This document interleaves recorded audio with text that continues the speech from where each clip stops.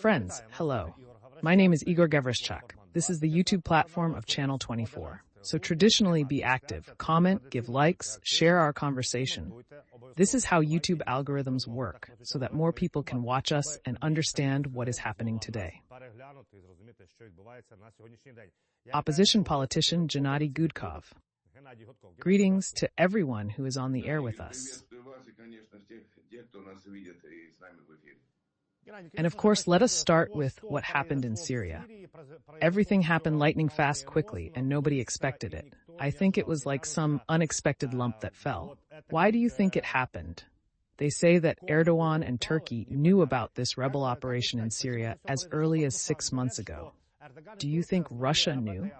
Do you think Putin knew?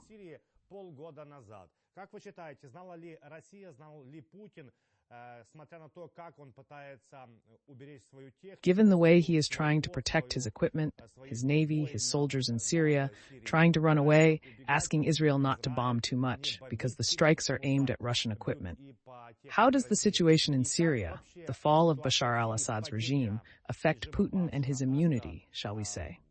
Historian Timothy Snyder argues that Syria has shown, behind such events as a rule, there is a powerful resource of some state. For example, Hezbollah. The Houthis and Hamas exist thanks to the support, direct assistance, and huge resources of Iran, Qatar, and a number of other countries. Путин проиграл, но тут давайте так, начнем танцевать от печки. Когда там говорят, почему там русская оппозиция ничего не делает, я все время отвечаю, что, ребята, а какое государство нас поддерживает? Есть какое-то государство, которое нас поддерживает?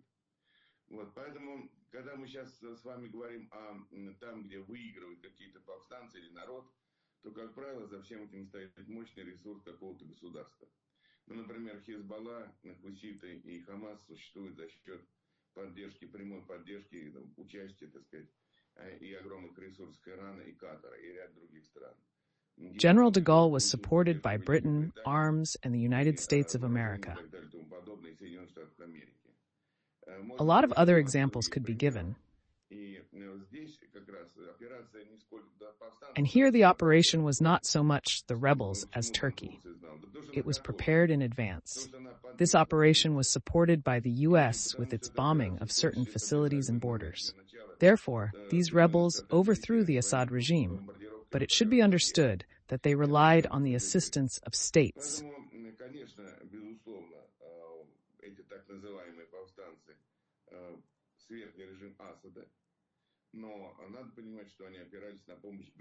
Who are interested in this scenario.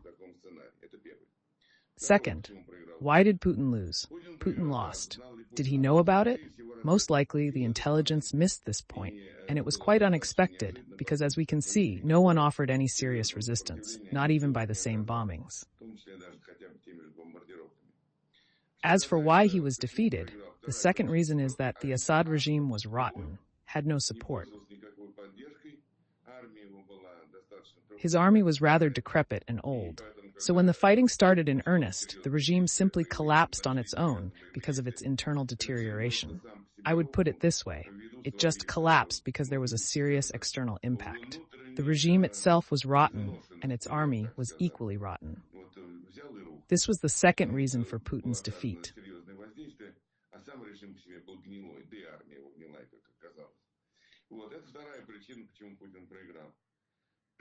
He bet on the wrong horse, made the wrong bet. These two reasons, serious state support for his opponents and the unpopularity of the rotten Assad regime, led to its rapid collapse and Putin's geopolitical defeat in the Middle East. What does this mean? Does it mean the end of Putin?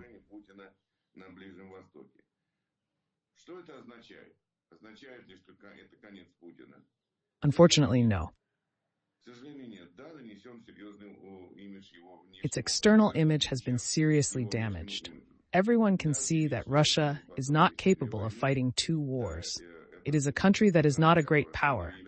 At best, according to its current state, it is a regional power, if nuclear weapons are not taken into account.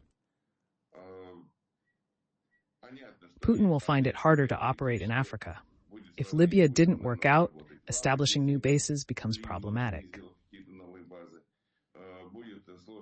It will be difficult to influence engagement with Iran and so on. It certainly weakens Putin, including in the war in Ukraine.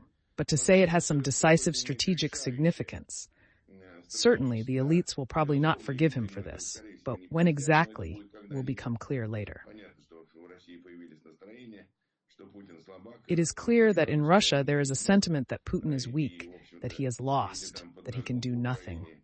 If the Ukrainians themselves step up in Ukraine and the West gives them the opportunity to do so, it may end up quite differently from what Putin envisions. Such sentiments exist, but mostly among the elites. It does not concern the people, who in general do not analyze anything in particular, hid and went into internal migration. This topic is not widely discussed. Somewhere, in certain politicized layers, it is raised, but they are not mainstream. Therefore, unfortunately, I cannot claim that this will now make a decisive contribution to the course of the war. The weakening is certainly there, and there are pluses.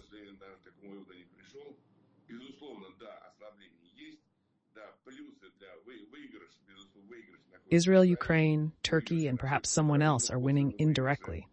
However, this is not a direct and automatic transfer of Putin's defeat to the state of affairs on the front.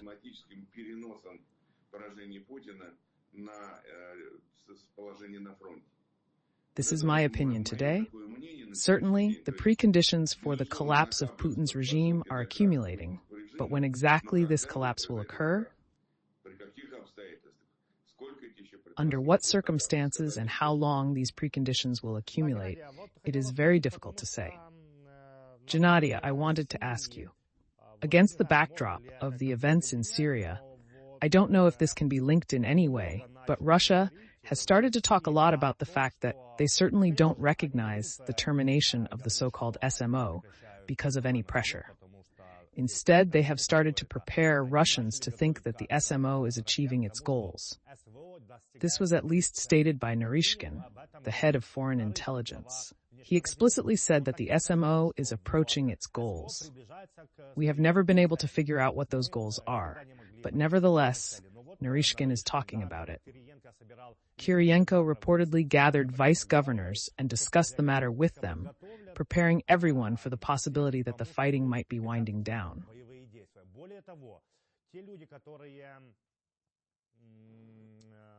Moreover, those people who used to criticize the war say that they have started to be invited to propaganda broadcasts. Previously, they were forbidden to appear anywhere for fear that criminal cases might be brought against them. Now, they say, they are being invited to discuss that the war must end. Why is that? In fact, there is no divergence here. The purpose of the war was and remains the consolidation of power. He decided to strengthen his power through territorial seizures of other people's territories.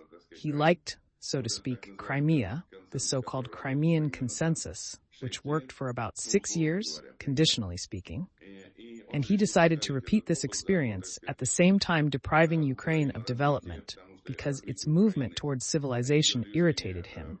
Ukraine was developing faster than Russia.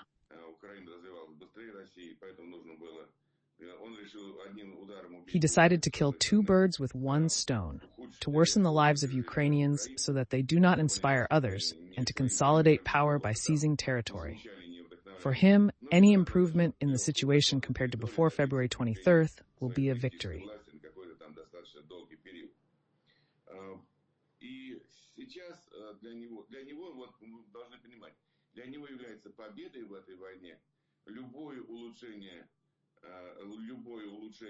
And he will seize that Crimea, let's say. And today we know that it is 100,000, 110,000, 115,000 occupied territories. And it will be a plus if he is recognized as president, if he is recognized as a party to the negotiations, if it is recognized that the status of Crimea cannot be solved without Russia. He will say, here we have defeated everyone, NATO, the whole world. We have shown our will. We have shown our determination. Russia has returned to the status of great powers. We are again involved in determining the fate of the world. You see, this is how we should always act.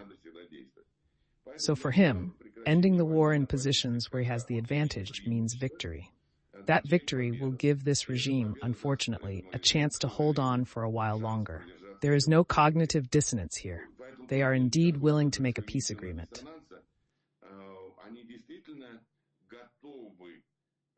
It is clear that it will be very fragile, but nevertheless, in order to record their victory.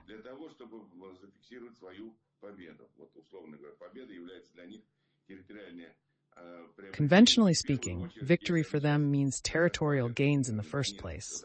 If they capture Donetsk, Donetsk Oblast, Donbass, and Luhansk now, they can say, yes, we just wanted to do it, to protect the rights of Russians in these areas, and we don't care about the rest. We have achieved so much, we could have achieved even more, but the whole NATO, the whole world was fighting us, and we still defeated them. There is no cognitive dissonance here. If they were sure that they would capture Kiev in 3 days, and then they realized that they would not, they say, okay, let's go to Kharkiv. Kharkov didn't work. Let's go to Zaporozhye. Zaporozhye didn't work out. All right, let's limit ourselves to what we have. There's no cognitive dissonance here.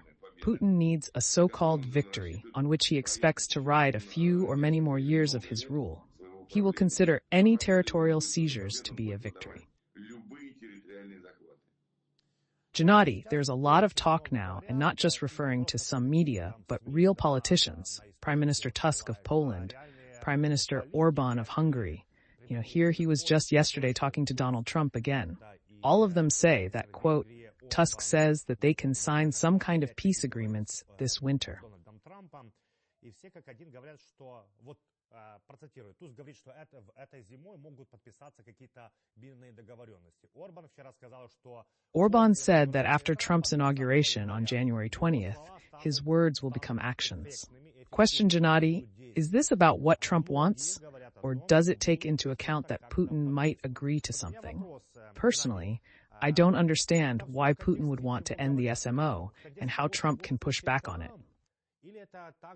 Сюда и учитывается то, что, может быть, на что-то согласится Путин. Потому что лично я не понимаю, а зачем Путину прекращать вот это... In a recent interview in which he mentioned Russia's war in Ukraine, he said, if I can stop the war. Упоминал о войне России в Украине, он сказал, if I can, если я смогу остановить войну. Trump's sober notes are emerging. It is clear that when he was a presidential candidate, he made rather egregious statements, stopping the war in 24 hours and so on. And the war goes on and takes thousands of lives every day. And the war is going on and taking thousands of lives every day. That's why Trump doesn't know a clear plan until the end.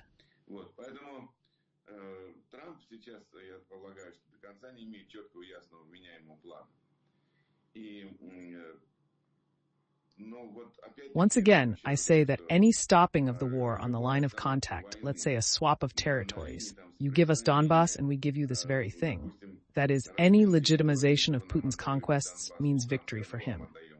Anything.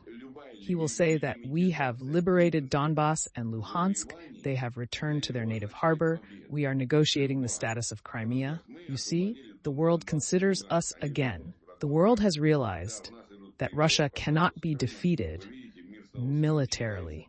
They are now coming to us to bow to us, and we will see how we will talk to them, what we will agree on. Here, Trump doesn't know on what terms some kind of peace or truce agreement can be reached. Trump doesn't know exactly. But the fact that they have already started talking to Putin, that they have already started making some proposals or hints, is already a breakthrough in the international isolation.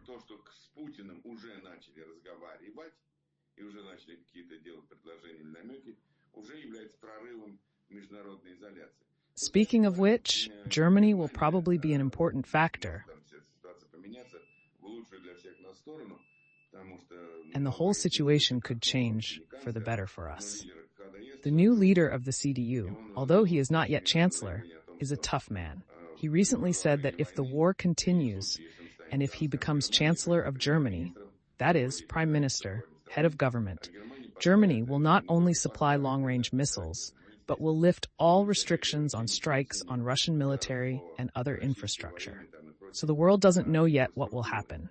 Neither Trump, nor Germany, nor Macron knows. Macron, too. I will or will not introduce troops. I will or will not help. I will or will not help. The world is at a crossroads right now.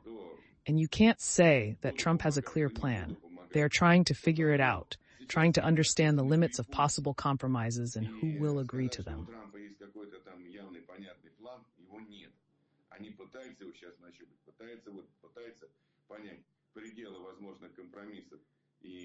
But in any case, let's be honest. Putin currently has a serious advantage in the war because the Russian army is advancing.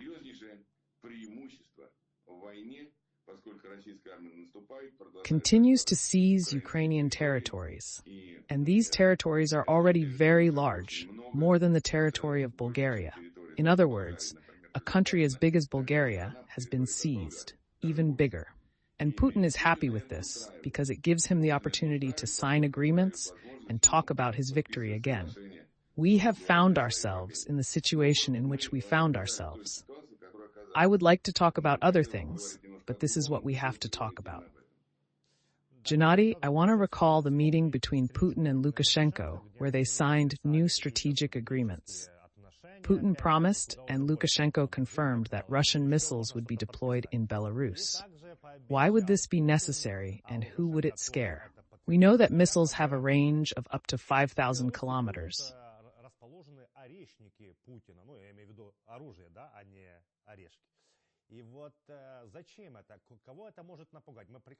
Everyone, for sure, even those who are not interested but can count a little, realize that a shift of 100, 200 kilometers, even 300 kilometers, does not solve anything. Who is this designed for? It is designed for the West. First of all, for the cautious leaders of the West.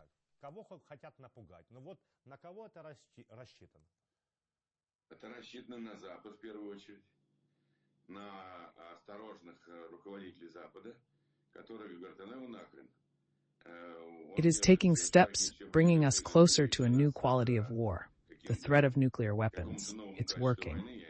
From a military point of view, shifting missiles 300 to 400 kilometers at a range of 5,500 kilometers does not matter.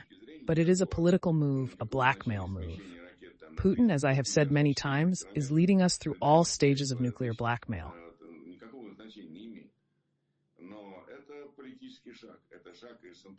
These are stages of nuclear blackmail. These are methods, techniques, methods. We gave Lukashenko the nuclear button. What the hell for? Where is Lukashenko and the nuclear button?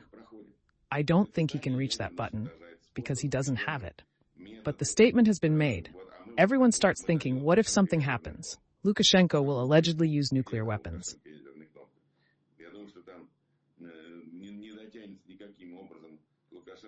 So people start thinking, analyzing, and this is how nuclear blackmail happens. Nuclear blackmail will be a permanent attribute of this war, and even after the war, it will still be Russia's main trump card, main tool, argument in its relations with the world.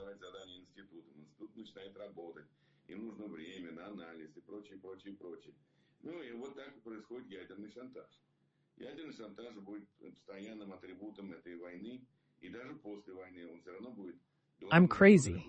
You'll negotiate with me because I have 6,000 nukes.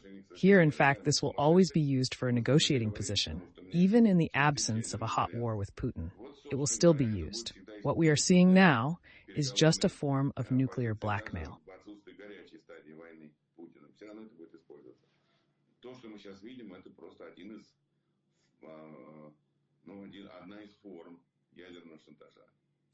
Gennady, Macron will go to Poland to talk? It's official. Earlier, you and I said that Macron said that there could be peacekeepers in Ukraine. Also, other countries, first the German Chancellor Olaf Scholz, who always somehow gets lost, doesn't say anything concrete because he fears something there. One can fear something, but not like Olaf Scholz. It is clear. Here he says that no, there will be no peacekeeping troops with Germany. Then Defense Minister Pistorius said that this issue is not off the table with the Allies. Also, Foreign Minister Barbuk confirmed this as well. What I'm getting at is Macron will be traveling to Poland to talk about this. How realistic is it that there could be peacekeepers in Ukraine? I have a question. If they show up on the line or in some buffer zone, but we realize that Putin has both missiles and the same nutcrackers, He may not touch the peacekeeping formations, but keep hitting Ukraine. Putin will not be able to hit Ukraine with missiles if the appropriate air defense equipment is delivered, because missiles have a limited range. After all, it is not a missile. It does not fly far. Of course, missiles can be fired anywhere in Ukraine. That's understandable. But the question is that I believe that at this moment, we are not talking about the introduction of any troops into the hot war phase.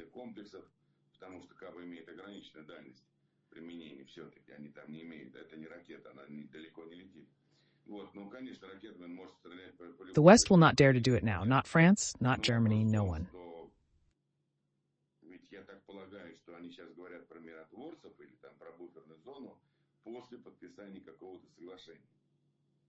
So, if they are now working out a plan for a post-war world order and security guarantees, one situation, there could indeed be European security forces there in a possibly formed buffer zone to avoid invasion, repetition of aggression, a sluggishly ongoing war, provocations, and so on. But this is a question of the future.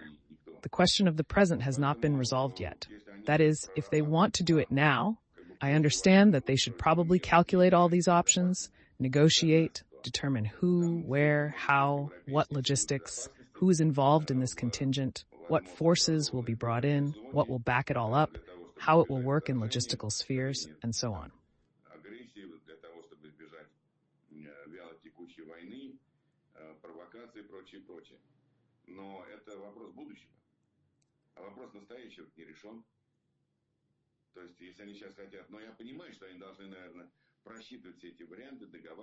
I guess it could be, but that, as they say, is a post-war plan. What the plan to end the war is, we don't know yet. What compromises they will demand from Russia and Ukraine, I mean Ukraine's Western partners, we don't know yet.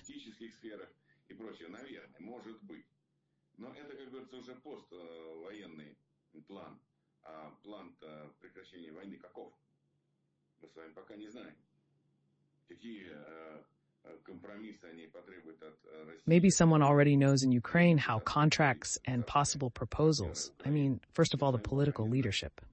But you and I do not know exactly yet. I assume that since you and I do not know, it means that there is no agreement that could be made public somehow, or at least launched as a verification exercise yet.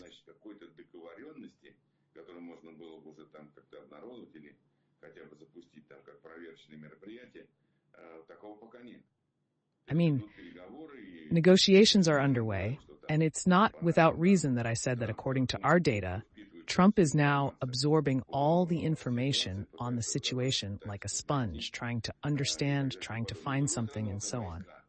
But on the other hand, Ukraine may not need troops now as much as it needs a military advantage on the battlefield. If Ukraine had a military advantage, if there were offensive actions by the armed forces of Ukraine, I think that no NATO troops would have been needed. The Ukrainians could have handled the problem themselves with modern weapons. But it is not there. It is not enough. It is clearly not enough. It is clearly not enough. We have discussed the amount of aid. Putin spends $150 billion a year, and in this way he can wage war for a long time and maintain the defense complex for a long time.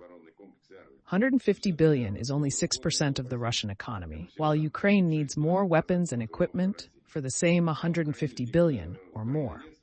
Then we could probably talk about something else.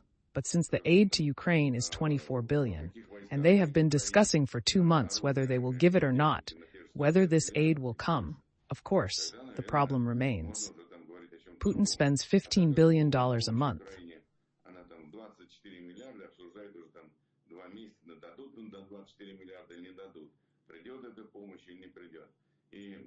At the same time, the purchasing power of Putin's dollars is much higher than the purchasing power of the aid given to Ukraine. So it turns out that Putin is advancing because he spends $15 billion he does not spare, he has launched a defense complex, and the aid to Ukraine is 1.5 or 2 times less. And this is in the best case.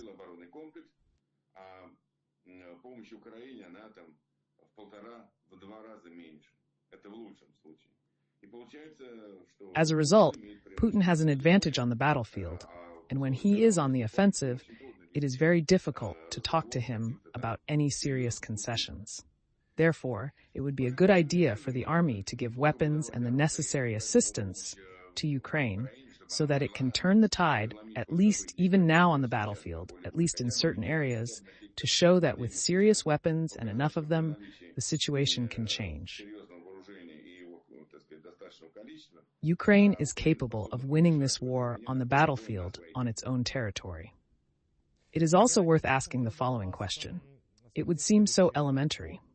After yesterday's terrorist missile attack on Zaporizhzhia, which left some dead, Volodymyr Zelensky said that he could not understand why it was impossible to take 30 billion in frozen assets of the Russian Federation and buy 10 to 12 trio complexes to finally close the issue of Ukraine's cover. You know, if that were the case. Gennady, I was thinking, in 3 years of a full-scale invasion, is it really so difficult for countries like the United States of America, countries like the European Union, for whom 30 billion is not a lot of money, to help them? We are not talking about hitting Russia because everyone fears escalation. We're talking about defense. Why hasn't this been done in 3 years? Zelensky says he doesn't understand. And so I sat down and thought, what's the problem? The problem is that this is not our war. Reasoning in Western countries. This is not our war. A part of the population is, to put it mildly, dissatisfied. Why is money spent not on us, but on a war somewhere in Ukraine, which is at war with Russia? There's a misunderstanding. Why they are fighting there, and so on. Give us that money? This is a populist policy based on the dependence of leaders on the opinion of this part of the population, which does not understand anything except that this money can be divided and put in their pockets, buy a car or improve the apartment. I realize that this is happening, but one should not give in to this sentiment. Unfortunately, democracies give in. There is pressure.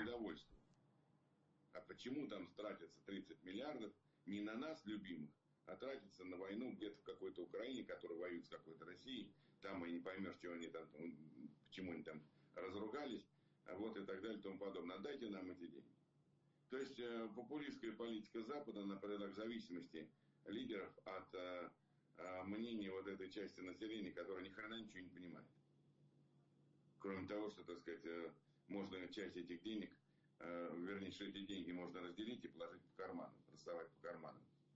И там купить еще одну, так сказать, там машину, или там еще улучшить квартиру, или купить еще что-то там. Я понимаю, что это, но поддаваться этим настроениям нельзя.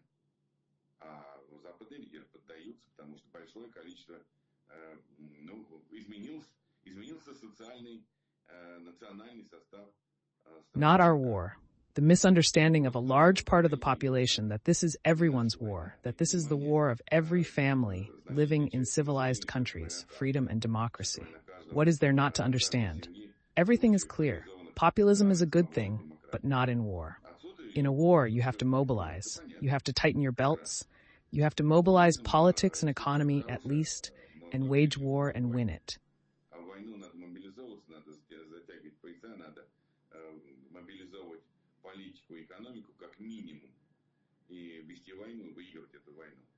Unfortunately, the West did not demonstrate this, and so you got what you got.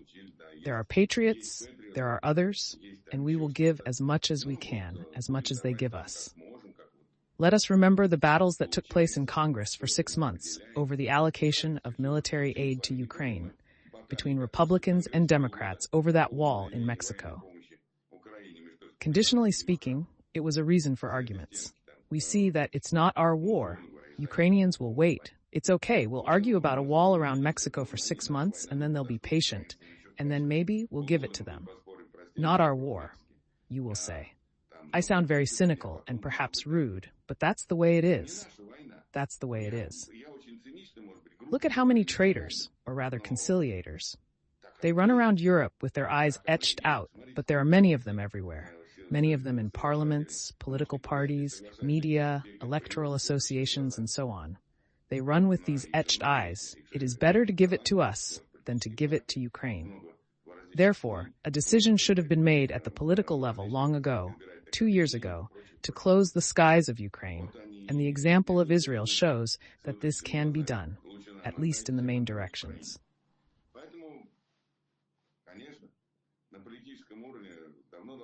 They were restrained by the launch of ballistic missiles, modern military technologies that make it possible to shut down facilities, to shut down all directions.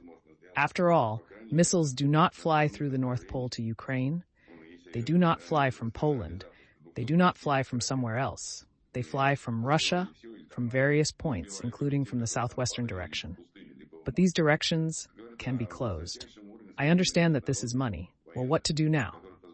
Democracy is now signing its impotence. Unfortunately, Gennady, if we talk about what Trump wants to achieve, it is clear that this is what Orban is talking about.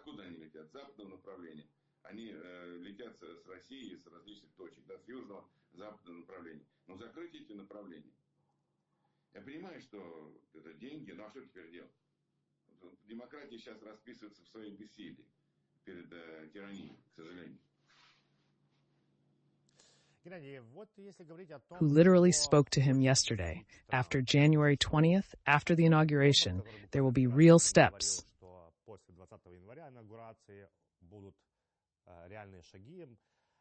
My understanding is that they will go over their knees and try to pressure Zelensky to influence Putin. I don't know how it will all end and how profitable it will be.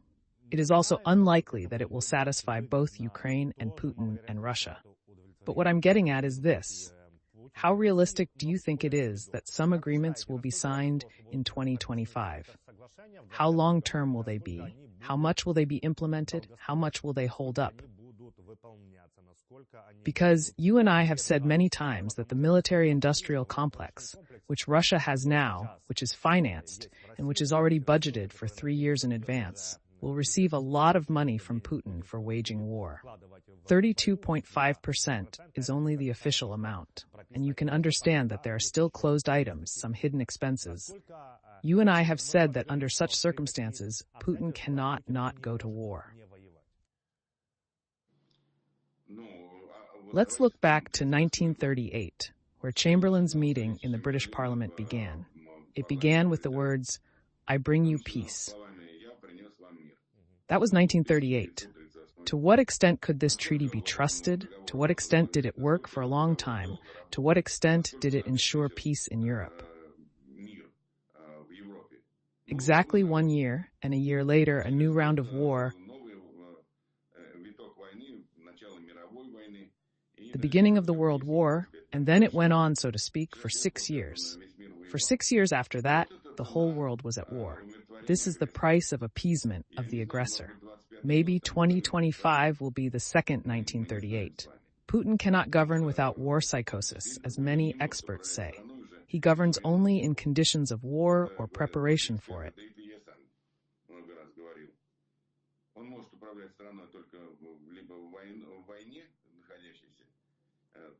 You just have to remember Orwell, remember 1984, remember the ocean, Austasia, and so on.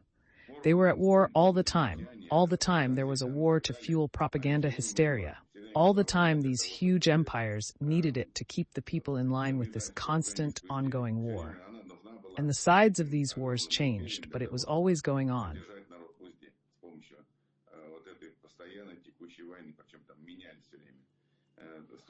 Putin has roughly the same situation as in Orwell's novel. A permanent war is needed, and he will look for an excuse to unleash military hotbeds of conflict.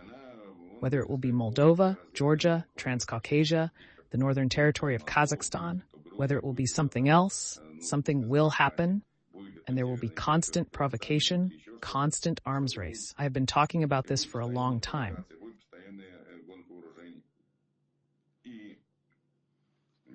So Trump can perform like Churchill.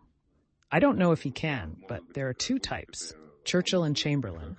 Both of them started, but one gained fame for the Munich conspiracy, which opened the way for a world war, and the other, the fame of a tough, strong-willed man who managed to create a coalition that won the war. It is clear that it is very hard to fight such a monster in Ukraine. Of course, I understand the psychology, but we need to realize that there are real conditions for a lasting peace.